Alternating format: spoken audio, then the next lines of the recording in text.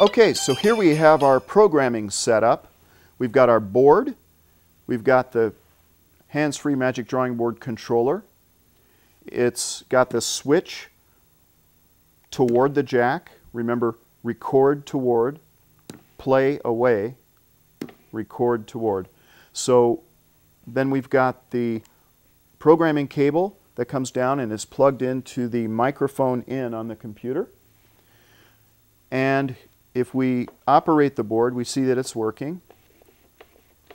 So in order to not hear that loud data, we have a splitter on the stereo out, and we have a single mono 1/8" jack that's coming over here to our PA system so we can hear it.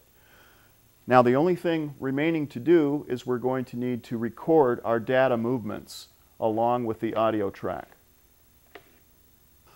Okay, so you'll notice up here on the controls of Audacity there's a red circle, and that's our record button. So using your mouse, you'll take your mouse up to the record button, and as soon as we click that, you'll notice a new track appears here and the data stream will begin recording. You won't see changes in the data stream. It'll just be a large block of waveform that's too tight to tell anything about it, and it's all of the movements all at once. Whatever's going on the eraser transmitter will be recorded on this data track. So I'll just show it to you real quick before we actually do any programming.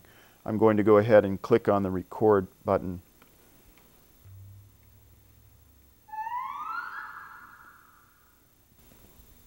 When the data is recording, the VU level, the microphone level of the data coming in should be at about 75% of the total VU. Hey, I'm talking to you.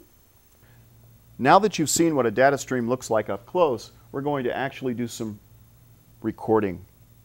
And I'm going to be controlling the movements with the controller. And in the background, you'll notice the data stream will be moving along here underneath. Now, 2 tips to help you get started.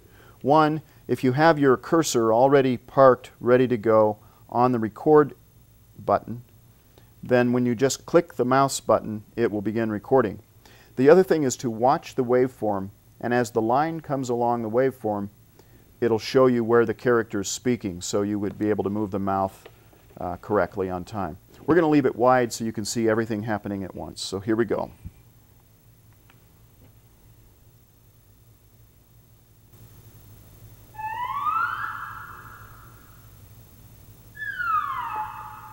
Hey, you! Over here! It's me, you're drawing. Hey, I'm talking to you. Okay. Now we're ready to create our magic track. You'll remember that the audio is in the top mono track, and it is panned to the right. The new data track was recorded, and it's always centered to begin with. Now we need to pan it to the left. So to do that, I'm going to take my mouse, grab the little balance control, and move it to the left. Okay, so we have audio right, data left. Now we need to trim off the ends of our tracks. At the very beginning, we allowed a little bit of time for error. So we're going to select a little spot and shift select the second track and drag over so it's selected. So this first little part is going to be deleted, and I'll hit delete right now. Now we'll go to the end of the track, and down here you'll notice that the track is uneven. Our data continued to record long after the audio had stopped. It's no problem. We just need to select it to the point where we'd want to stop it, and that would be near the end of the audio track probably. Shift select to include the top track, and then when we hit delete, it's going to cut them both evenly.